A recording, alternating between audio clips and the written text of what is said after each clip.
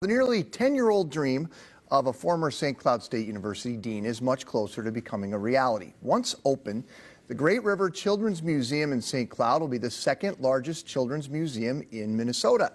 Their executive director, Cassie Miles, joins us now live this morning over Zoom. Cassie, we're all connected. We can see each other and hear each other. So why don't you start with the building itself for the museum? You guys were donated an entire building.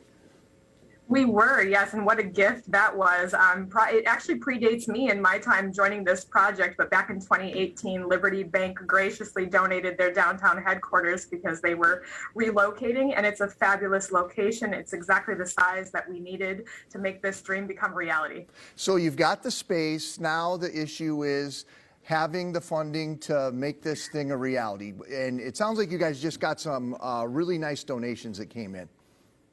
Absolutely, yes. We've received a lot of support from our community here, some momentum behind us. We've received two wonderful $1 million pledges from local community leaders and businesses. And we're out having a lot of really great conversations with other community leaders as well.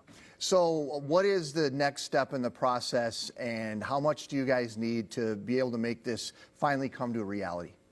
Sure. Well, as you can imagine, there's a lot of variables that go into creating a really large museum such as this. We really want to bring something to central Minnesota that they deserve, and that is a world-class children's museum. We have over 25,000 square feet of space here that needs to be renovated. So we are in the fundraising phase, looking to raise $12 million to make sure that we create a space that everybody from across the state can come and enjoy.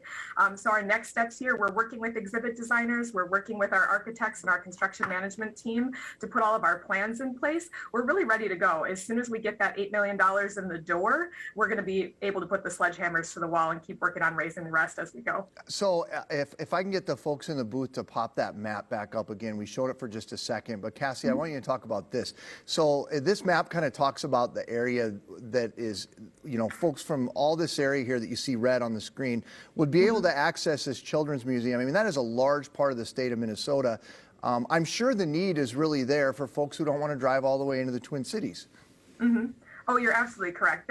There's so many schools here, so many families here that just don't have the opportunity, the time to drive down to the Twin Cities, although of course we're encouraging that everybody make that trip because I myself have been there several times and it's an amazing space, as well as all the other children's museums across the state. But really that red region that you showed on that map there is what we believe is our proper service region, which means that once this museum opens its doors, those who live and work in that area will be closer to this museum than any other comparable children's museum in the state. And I know you said that you guys are definitely looking for corporate partners in this. Is there a way that the general public can help out and donate to the cause?